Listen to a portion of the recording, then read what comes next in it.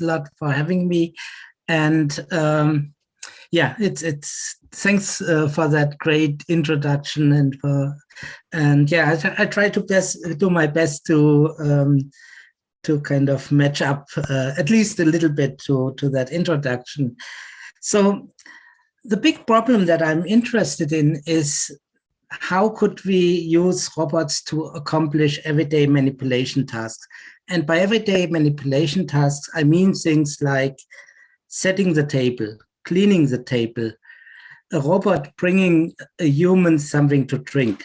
So the big problem is really kind of, we get some highly underdetermined manipulation task request, which is very vague.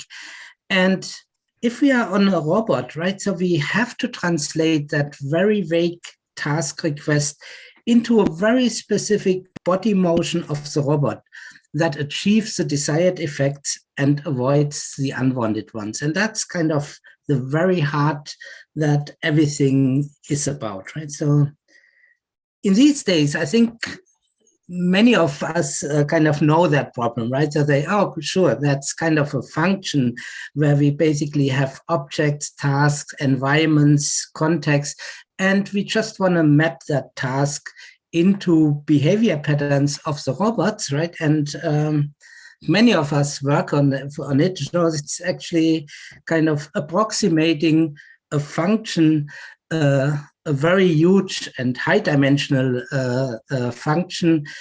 And yeah, we have to get all the examples of humans and robots kind of doing these kinds of things, and then we learn that function. And I think deep learning is certainly kind of one way you could think about that, right? And if you look at it, right, so the deep learning has achieved spectacular things, right? So the like problem solving, like Go, kind of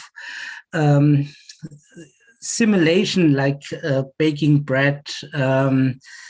OpenAI has kind of achieved video games, right? So, but even if all these kind of very specific tasks are relevant subtasks for the task that I was talking about, we are nowhere close to this 2-year-old, right? So let's see.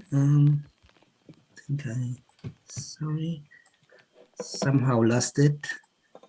So here you see the 2-year-old, and a deep learning system couldn't do that, right? And the question is, what is missing here?